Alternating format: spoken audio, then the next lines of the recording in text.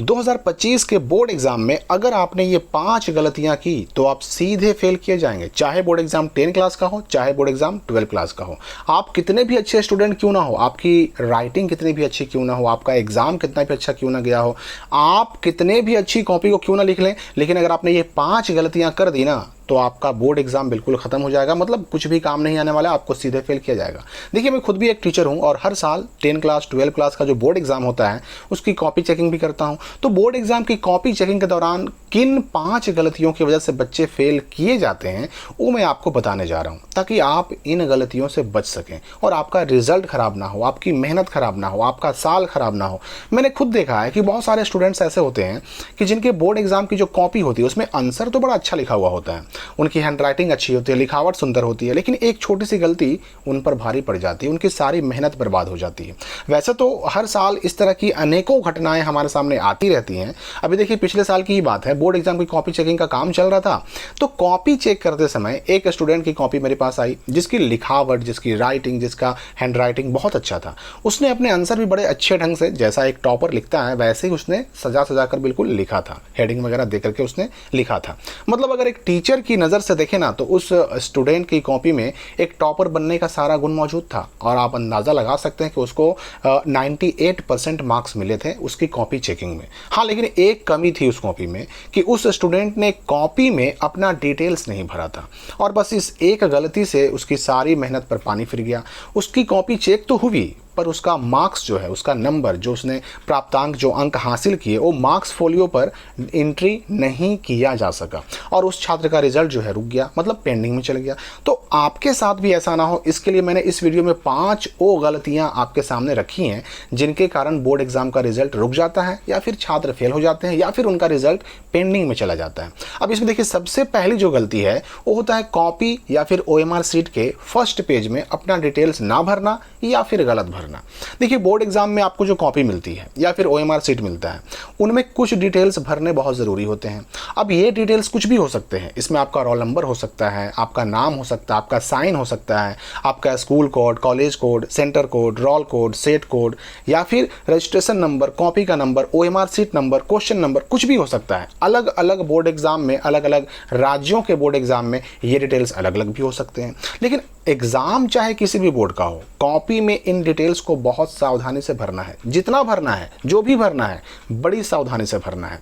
इसमें गलती भी नहीं होनी चाहिए और ये डिटेल्स भरने में छूटने भी नहीं चाहिए, क्योंकि इनमें गलती होने से या फिर इन्हें भरने से चूक जाने से स्टूडेंट को फेल कर दिया जाता है या फिर उनका रिजल्ट पेंडिंग में चला जाता है। इसलिए चाहे एक क्वेश्चन छूट जाए तो छूट जाए, पर यह डिटेल्स भरना किसी हाल में नहीं छूटना चाहिए।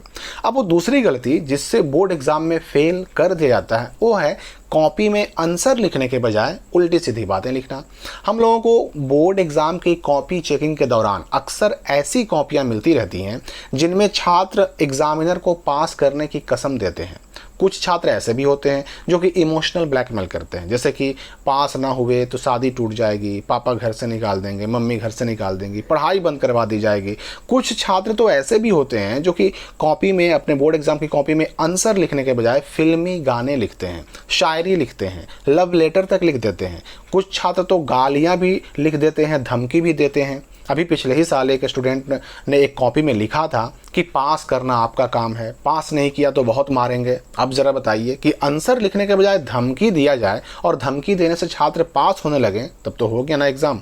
याद रखिए कि ऐसी सिचुएशन में एग्जामिनर आपको फेल भी कर सकता है, क्योंकि आपकी कॉपी उसके हाथ में है तो समझिए कि आपका भविष्य उसके हाथ में। चूँकि आपका रिजल्ट एग्जामिनर पर ही निर्भर करता है तो जाहिर सी बात है कि आप आंसर लिखने के बजाय शायरी लिखेंगे, फिल्मी गाने लिखेंगे, एग्जामिनर को गाली देंगे, धमकी देंगे, तो फेल तो होना ही है। और ऐसा होता भी है। कॉपी चेक करते समय ऐसे बहुत सारे छात्र फेल किए भी जाते हैं। अब वो तीसरी गलती जिससे बोर्ड एग्जाम में फेल किया जाता है वो है कॉपी में रेड पेन का यूज़ करना। देखिए, एक बात आपको हमेशा याद रखना है कि छात्र किसी भी एग्ज़ाम में, चाहे वो एग्ज़ाम बोर्ड एग्ज़ाम हो चाहे कोई भी एग्ज़ाम हो, एग्ज़ाम में सिर्फ या तो ब्लू पेन या फिर ब्लैक पेन, इसी को यूज़ करना अलाउ होता है। रेड पेन केवल एग्जामिनर यानी कि कॉपी चेक करने वाले टीचर ही यूज़ कर सकते हैं। यहाँ तक कि बोर्ड एग्जाम में छात्रों को ग्रीन पेन का यूज़ करना भी मना होता है, यानी अलाउ है तो सिर्फ या तो ब्लू पेन या फिर ब्लैक पेन।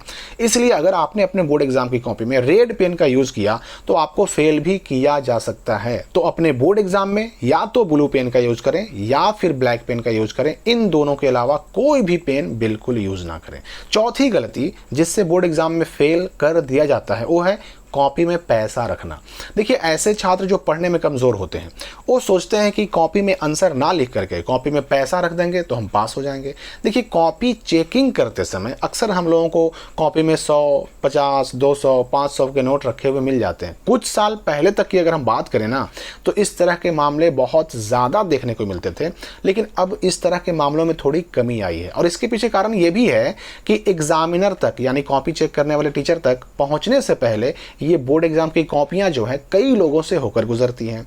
अब जिसकी वजह से जिन शिक्षकों को कॉपी जांच करनी है उन तक तो पैसे पहुंच ही नहीं पाते हैं। साथ ही अब बहुत सारे बोर्ड एग्जाम में कॉपी को जांच में भेजने से पहले उसकी बारकोडिंग की जाती है, मतलब आपका पैसा सही जगह पहुंच ही नहीं पाता, यानी आपके पैसे भी गए और नंबर भी नहीं मिलेगा, क्योंकि जिसको नंबर देना है उसको जब पैसा मिल ही नहीं पाएगा तो नंबर मिलने के चांस भी खत्म।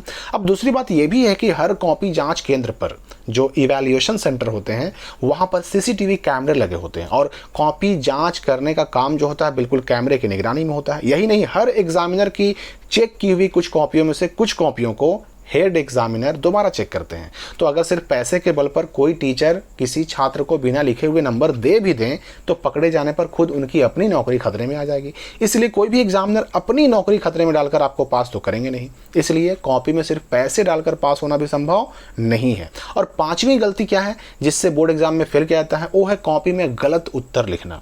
अक्सर ऐसा होता है कि प्रश्न पूछा गया कुछ और जबकि छात्र जो है जवाब देते हैं उसका कुछ और, आंसर लिखते हैं कुछ और। अगर किसी क्वेश्चन का आंसर याद ना हो तो अपने मन से कुछ मिलता जुलता आंसर बनाकर लिखा जा सकता है और इससे भले ही फुल मार्क्स ना मिले पर कुछ मार्क्स मिलते जरूर हैं।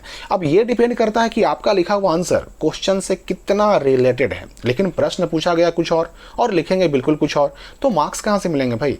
ऐसी स्थिति में छात्र को पासिंग मार्क्स भी नहीं मिल पाते और इस गलती के कारण छात्र को फेल कर दिया जाता है। इसलिए आंसर गलत लिखना, आंसर को पूरा ना लिखना या क्वेश्चन को छोड़ देना फेल होने का कारण बन जाता है।